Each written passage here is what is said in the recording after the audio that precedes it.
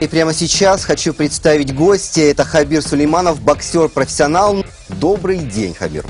Ну что ж, вот ты боксер.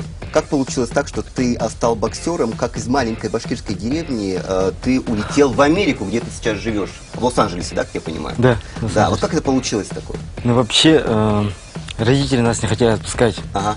Мы с братом, у меня брат-близнец Сабир, мы купили билеты, улетели в Америку, и там уже оттуда уже позвонили, что все, мы в Америке. Слушай, прямо вот так взяли, купили билеты и улетели? Да, и нас проводило пару друзей, брат Саши, и все.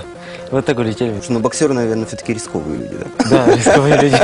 Вот у тебя на груди, я вот вижу сейчас золотые перчатки. За что они даются? И вот расскажи подробнее о них. Золотые перчатки, вот, это самые древние, самые большие соревнования в мире, насколько я знаю, идут 1927 года. И проводятся по всей Америке, по всем штатам. И потом проводится чемпионат Америки Golden Gloves. Вот все сильнейшие переходят в чемпионат Америки. И вот мы с братом выиграли. Мы выиграли все предварительные бои и в финал вышли друг против друга.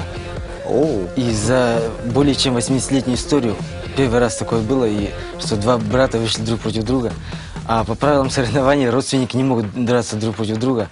И нам обоим вручили золотые перчатки. Что вам повезло. Да, и финал проходил в Мэдисон Сквер Гарден. Вот смотри, где лучше заниматься боксом? В России или в Соединенных Штатах все-таки? И почему ты там остался и живешь? Если любительским боксом, конечно, в России. А если профессиональным боксом, конечно, в Америке, потому что там мекка бокса. А вот смотри, вообще говорят, что в России к спорту относятся очень серьезно, потому что ты, мне даже сказать, что ты был удивлен, как здесь, например, молодежь, да, которая у нас живет из Челябинска, не заботится о своем здоровье, а в Америке это больше происходит или нет? Да, конечно.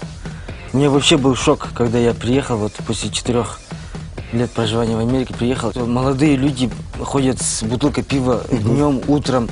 И даже молодые мамы с коляской, и во второй руке бутылка пива. И вот я сейчас сравниваю Америку, Лос-Анджелес с Россией, с Челябинском, и у меня просто шок, настоящий шок, что там каждый день идет день физкультурника. Кстати, сегодня день физкультурника, поздравляю всех с днем физкультурника. И там каждый день идет, можно сказать, день физкультурника. Все люди бегают вообще, начиная от 10-летнего до пенсионера. И вообще там, знаете, бокс, он как бы как массовый спорт. У нас в спортзале тренируются 60-летние, 70-летние люди. Они приходят, даже у них проводятся спарринги, мешки бьют, по лапам бьют, дедушки, бабушки. Ничего себе. В следующий раз я привезу записи обязательно. С удовольствием. Приходи, мы всегда тебя ждем. В начале августа должен был состояться бой за звание чемпиона мира, да? Но ваш соперник отказался драться, твой соперник. И как ты думаешь, может быть, он просто испугался тебя? Ну, я бы не хотел, конечно, хвастаться, но я в этом уверен. Слушай, вот, Хабир, смотри, актеры мечтают о какой-то роли, которая их прославит, да? У боксеров есть такое что-то, вот? О чем-то ты мечтаешь, с кем бы мечтал встретиться на ринге? Ну, пока еще я не на том уровне, но да, конечно, я мечтаю подраться за титул чемпиона мира по какой-нибудь версии. Напоследок продемонстрируй несколько движений, чтобы наши зрители могли, ну, я не знаю, дать отпор хулиганам.